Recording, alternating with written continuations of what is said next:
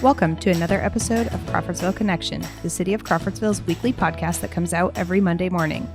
I'm your host, Sarah Summer, and I'm joined in the studio every week with Mayor Todd Martin to keep our community up to date on current events, city workings, and to hear from community members on a variety of topics.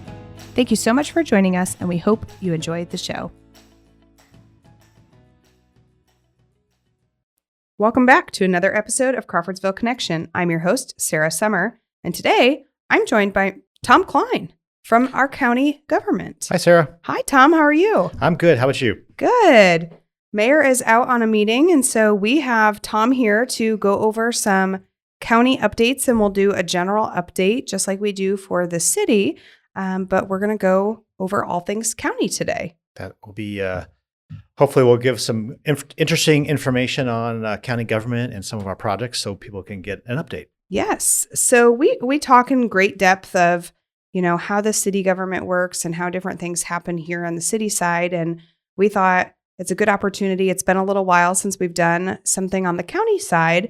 And, before we get started with your general update, let's dive into how does county government work and, maybe some of the differences from the city government for people who are used to what we do in the city and how it differs from the county side. Yeah, that's a good question because we get that a lot on how is county government different than the city government. And so first I'll start with the the main I call it two branches of government, executive and legislative. In city government, the executive is the mayor, and then the legislative is the city council. Mm-hmm. But then you also have the fiscal responsibilities, which is in the city council approves the budget and the mayor implements it.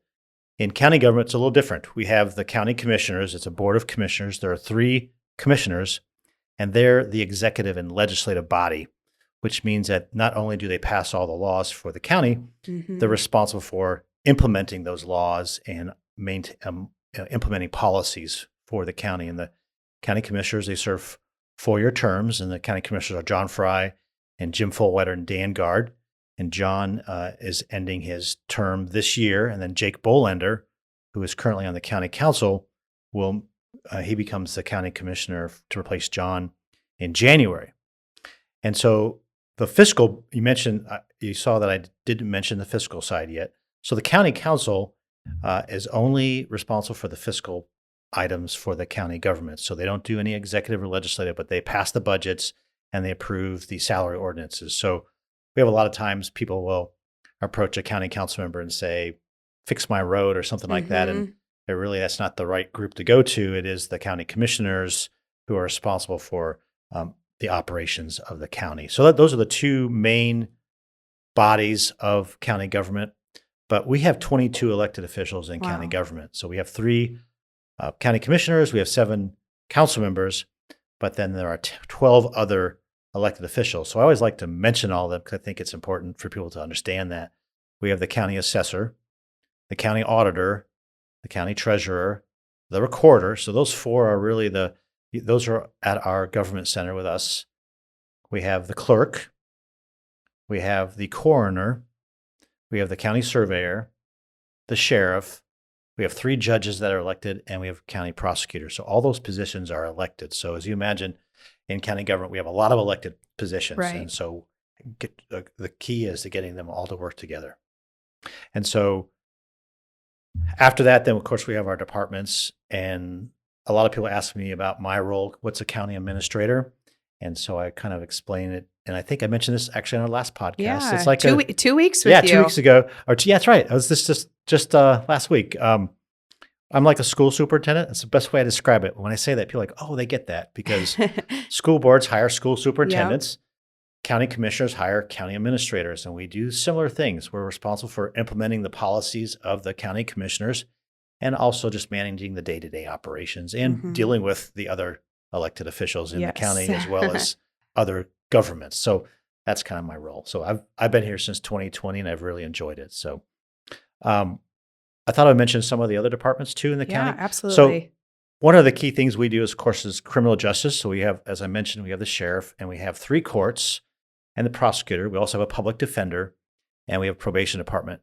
And our criminal justice costs about $12 million a year for all of that. So that's one of our keys. And of course, The courthouse is where the court system is, as well as the prosecutor.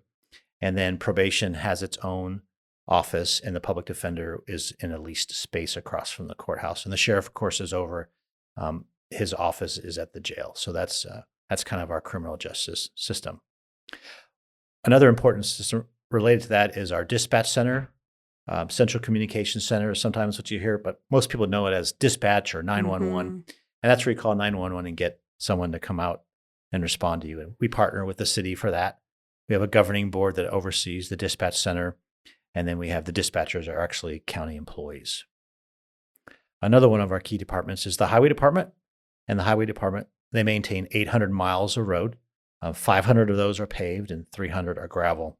I do want to mention that we get a lot of calls from people saying that roads are paved based on who people know and such, and that's not how we do things in county government. We actually have established a scoring system for our roads, so we objectively evaluate our roads, and we decide how those roads get paved, and even gravel roads, how they get maintained based on this data. So that way we're trying to get the best investment of our tax dollars and and be the most efficient and effective that we can with those dollars. So when people call in and say, pave my road, we'll say, okay, we'll look at that. Yeah. But if it scores a 2 and we have limited funds and all these other roads score a 10 for need, then we go to the roads that score a 10 and not a 2. And so we do have to tell people occasionally, sorry, your road is not getting paved. We may go out there and patch potholes.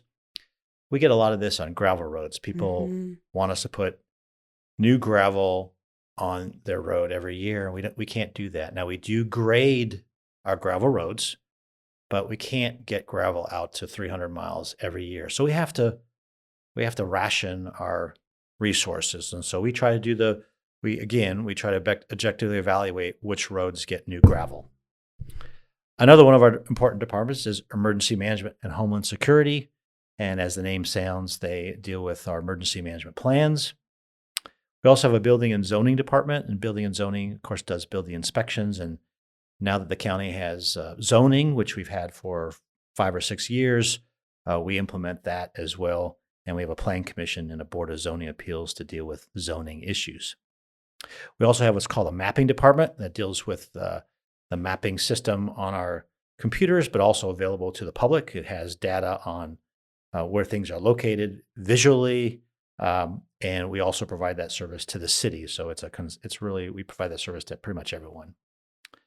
We also have a veteran, Joe Ellis, that does veteran services. So veterans that need assistance can come to Joe, and Joe will help them get their benefits.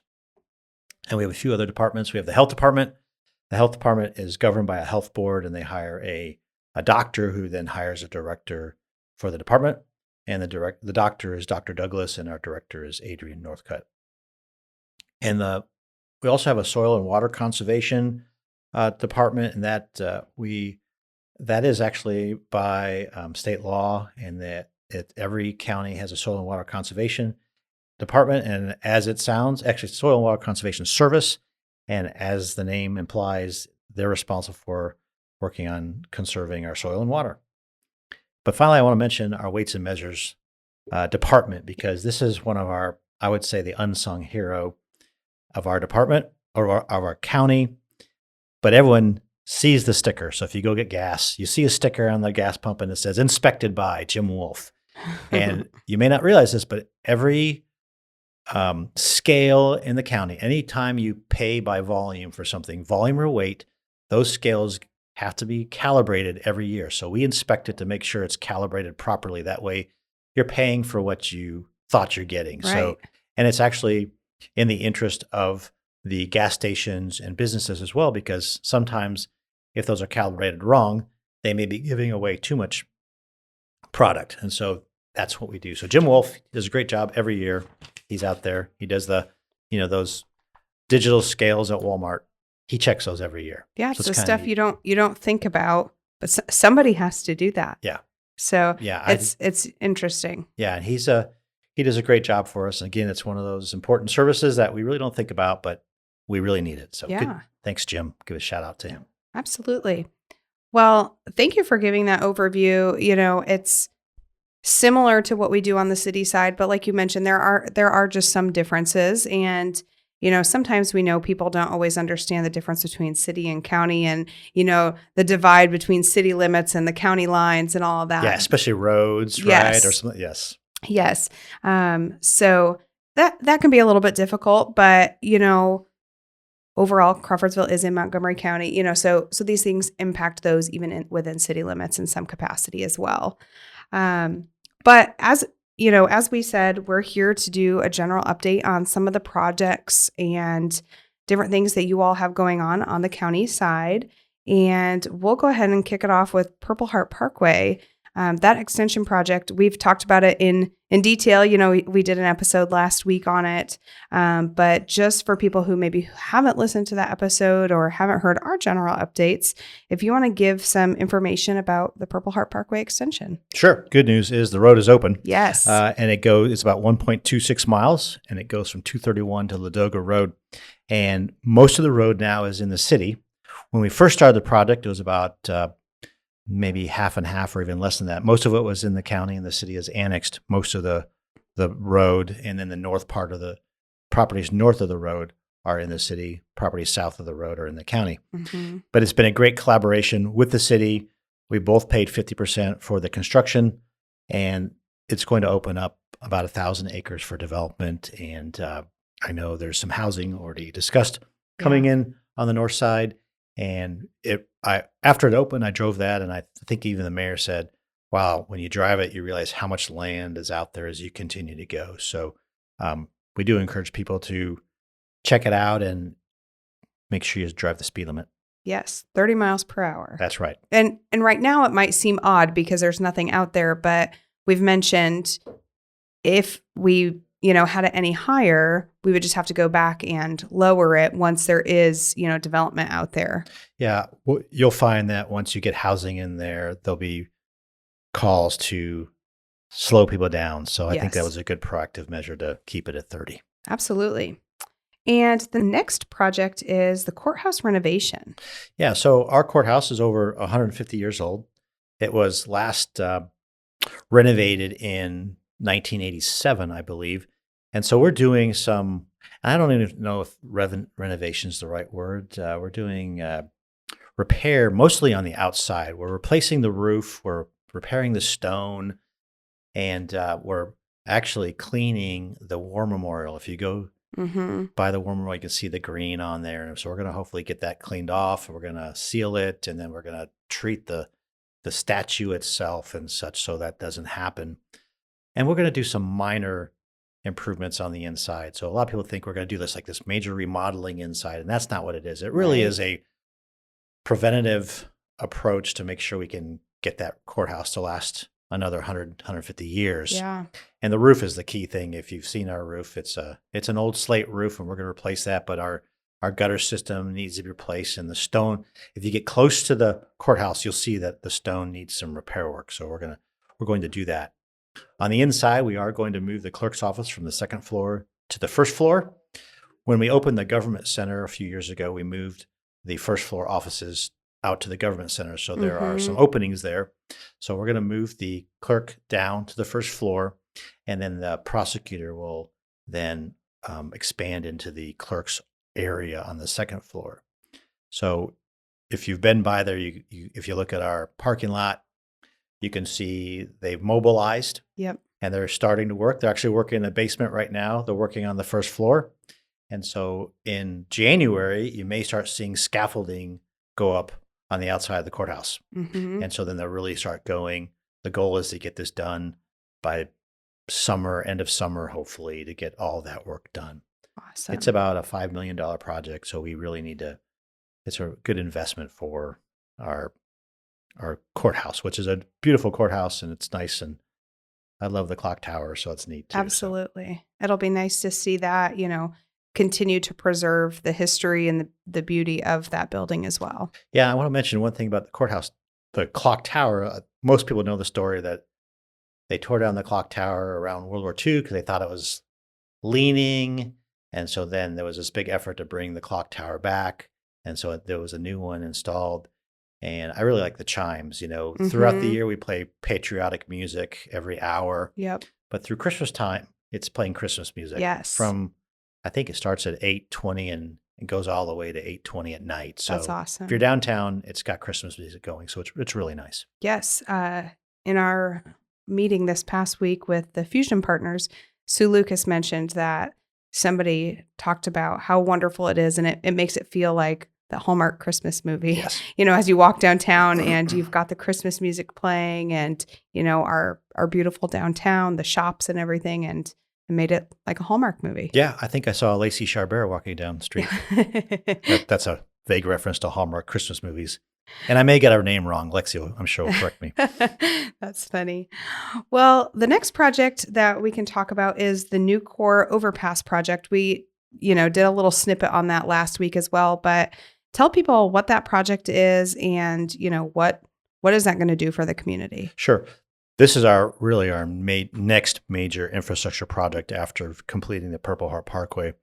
And we worked hard with our staff and our consultants to get a state grant of about $16 million for this project. And this is an overpass on Nucor Road over 136. Mm-hmm. And both Nucor and Tempur Sealy have said that that's really needed for us because the semis go down the hill and they stop and they go back up the hill. It's also a safety issue with the trucks going down and possibly going through the intersection and such. So we got this grant. It's for 2026. So we're working on finishing up our state permits. The design is pretty much done. We've got all of the right-of-way purchased. So we're working on that. It'll be a product that'll go through 27 and part of 28. Wow. And so it's going to be a big project. We aren't closing the overpass when we build it. So it's going to be an interesting project because we want to keep, there may be a little bit of time where we have to close it, but we want to keep the traffic from Nucor and Tempur to go that way. So it will be an interesting project, but it's a great one. It should facilitate additional economic development down there and also improve safety, which is important. We don't want people to be at risk going through that intersection. Absolutely.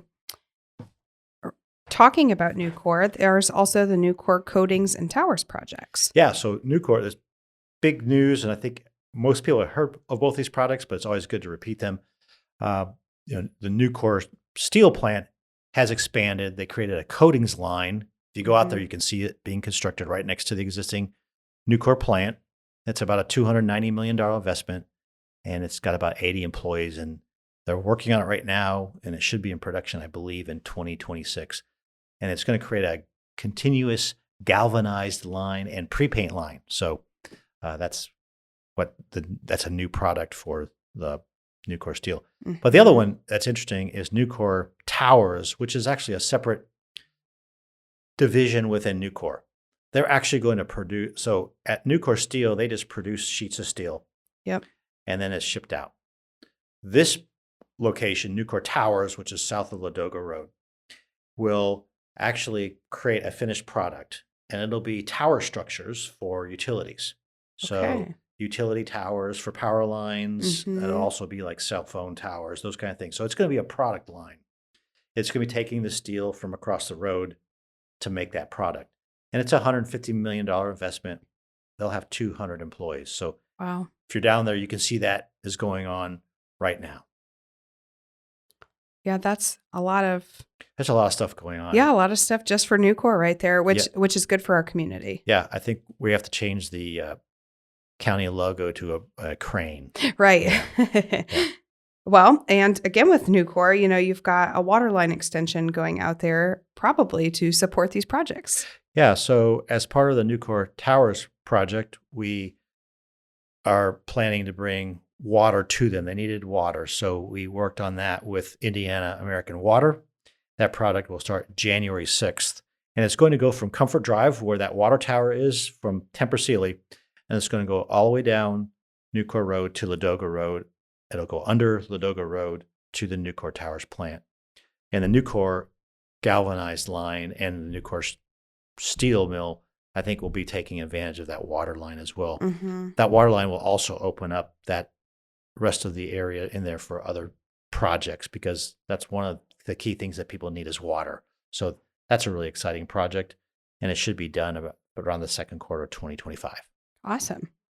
And tell us a little bit about the corridor study that you, as the county, are partnering with the city for. Yeah, kind of as an extension of the Purple Heart Parkway project, there was discussions about let's keep planning about the south side and a corridor and continuing the road from Skank Road down and across to Purple Heart Parkway and continue that to Comfort Drive. And so we've hired a consultant to do that study.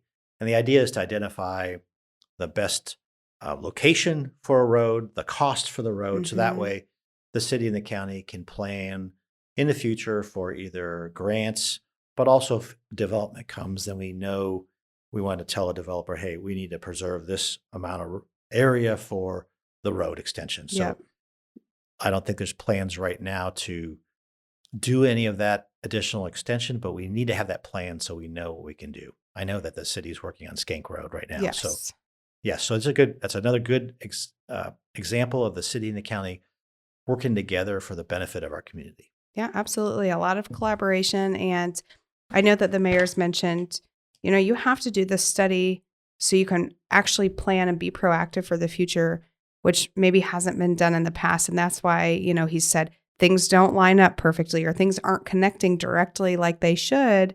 And by doing this study, it allows you to plan for the future so things make sense. Yeah, it's better to be proactive than reactive because if we don't have, in our experience too, if we don't have the identification of where the road needs to go, it's harder than when you deal with developers to say, hey, we need you to set aside this land. Whereas if you identified where it goes, you have a better ability to get them to agree to set aside that land. So absolutely. Yes, definitely got to be proactive. Awesome. And you're working on updating your thoroughfare plan and the road safety plan. Yeah.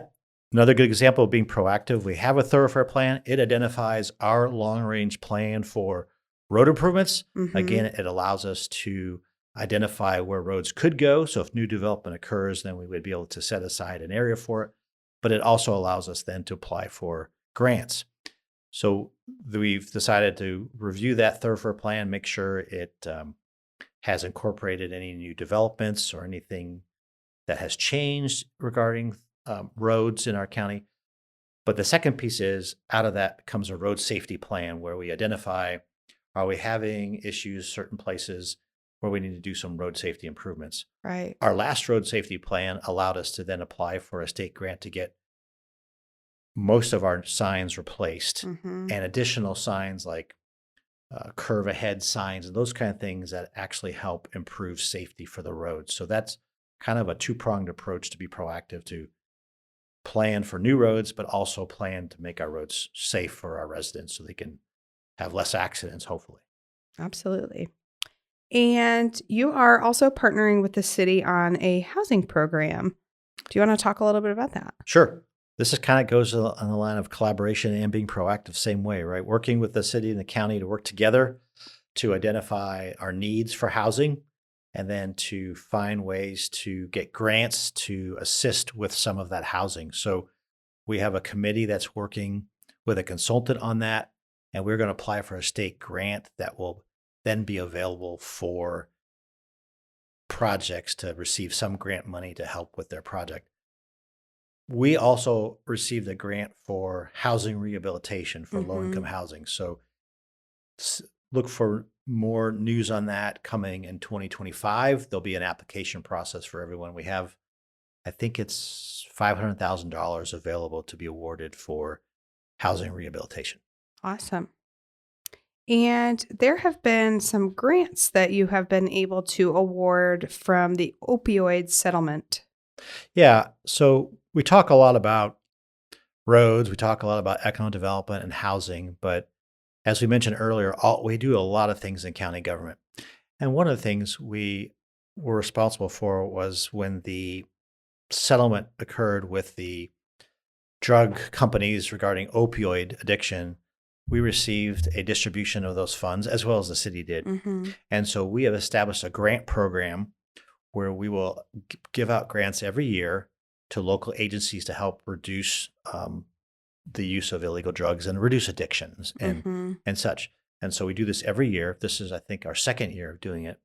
And so this year we awarded $191,000 to various organizations to help with that. And there's all kinds of different things we've done. And if you're curious to know what those grants were, we do have them listed on our website. Awesome. That's a great way, to continue to give back to the community and in a way that, those organizations have to showcase, here's what we want to do with it, instead of the county saying, this is what we will do with this money. It allows the community, we talk a lot, with some of our projects, it's a citizen-driven process, and we want to give back to what the citizens are needing. And so these are different organizations who are sharing their need with you all. Yeah. And we also had a committee of the probation department, health department, youth services bureau. They established that grant program and the grant reviews. So again, it's really the getting everyone together to see what the needs are. But it was interesting. I wasn't aware of how many groups really are in the county that work to help people. I remember going through the Montgomery County leadership program, and the director said, how many not-for-profit groups do you think are in the county? And we all said, 30 or 40, and I think it's over 70 or 80. And wow, it's amazing all the work that they do to help our community, and we appreciate every one of them and what they're doing. Yeah, that's incredible. And you also have a Soil and Water Conservation District annual meeting coming up. Yeah, so kind of again, I want to give a shout out to some of our other functions that we do in county government. And we do have a Soil and Water Conservation District. They have an annual meeting. It is on February 18th at the HHB Success Center at 1623 US 231. And it starts at 5:30 and runs to 8:30. And the speaker is a person who's going to talk. His name is Lenny Farley, and he's going to talk about forests and invasive species. And if you want to register, you can call 765-362-0405. And our Soil and Water Conservation District does a great job of working with farmers on conservation of their soil.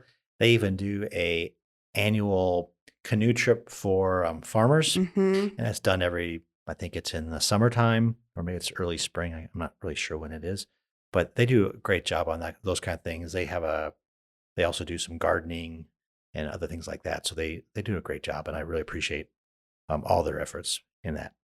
Awesome. Well, there's a lot going on the county side of things, and this is just, a high-level overview. And if people want to know more, they can reach out directly to you, Tom? Yeah, you can reach out to me. My information's on our website. You can give me a call or send me an email, and I'll be more than happy to talk to you and try to answer any questions that you have. But yeah, we try to share as much information as possible, try to be transparent in what we do, try to make objective decisions when we do road maintenance and those kind of things. So we're here to help everyone, and yeah, reach out to me if you have any questions. Yeah, I'll put your email into the show notes, so people should be able to click that and get right a hold of you. Great. Yeah, thanks. We appreciate you doing the podcast too. It's really nice. Yeah, absolutely. Well, we're glad that you were here and we could get you on. I know we like to, try to do this every once in a while so we can continue to give those updates. And again, it's all about transparency and trying to get the word out about what we're doing. So is there anything else that you'd like to add? No, I just would encourage folks, if they are going back to Purple Parkway, we do still have some work that needs to be done around 231. So if you are driving there, please be careful. We the workers out there, they have families, and we need to protect them. So please be careful when you're driving in that area. Even south of there, the new housing development, there are construction workers out there. They're on the highway working sometimes. Right. I just encourage everyone, please be careful when you're driving, because we want them to get home to their families for Christmas. Absolutely. Well, Tom, thank you so much for joining us. And as always, if people have topics or things that you'd like to hear about, or something you'd like us to go into more detail on, please reach out and let us know. And don't forget about Yodel, our community connections calendar and event news feed, where you can find everything happening in our community in one easy and convenient location.